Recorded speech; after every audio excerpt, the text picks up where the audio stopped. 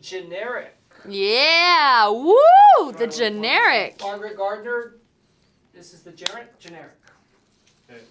Okay, you have speed. What was the appeal of this role to you? I was told that we would do a junket where we got to make cupcakes because I'm, just really a toddler at heart. And I thought, I'm in. No, the appeal to this role for me was working with Paul Feig because I think that the characters he has in his film are incredibly complex and dynamic and strong. And they're often female characters and they're often, actually going at each other or competing with each other. And yet they both have such a respect and admiration to each other. There's nothing petty about it. And I think that that's really cool that people can be clashing yet still really, really admire the person they're clashing with. And I think that's more true to real life than what we often see in film.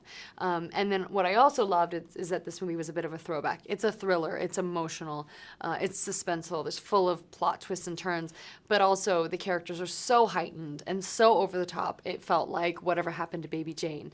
And you don't see that as often in movies. And that genre blending, I think, is really cool. The character is really established the first time we see her. Mm-hmm. Talk about how costume informs character for you. Well, for me, that was one of the first meetings with Paul because in the script she was wearing, skin tight, low cut, short dresses because she was this mom who wanted attention. Who, all the other parents were like, oh God, here she is. She's so over the top, and I just felt like that was really tired, and it was also a sort of simplistic version of who this woman could be.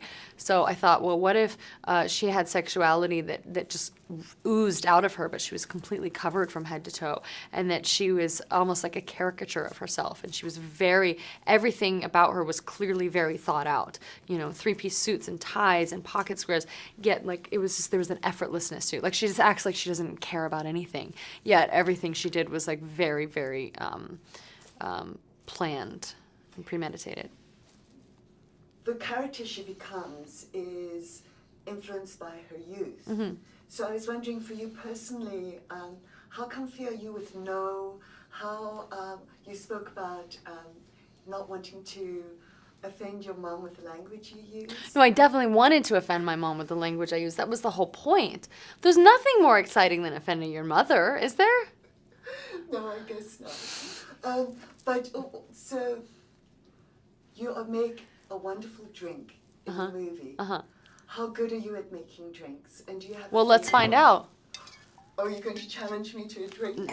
Yes, I am. I'll just give you a tiny little splash because it's early. Here you go. Teeny, teeny, tiny drink. This is Aviation American Gin, owned by the one and only Golden Globe nominee, Ryan Rodney Reynolds. Well, in that case, there you go. It's wonderful. We're going to get a Golden Globe win out of this one, ladies and gentlemen. Deadpool 2, woo woo! I got to tell you, I like gin, and this is a good one. Isn't that great? It's because it's got the least amount of juniper. It might not actually have no juniper, and it's winning all the gin taste tests. I believe it. There you go. Thank you so much. Thank you. Nice to talk to you. Appreciate Bye. it. Like the little strip club that I was doing at the end. I love the HF.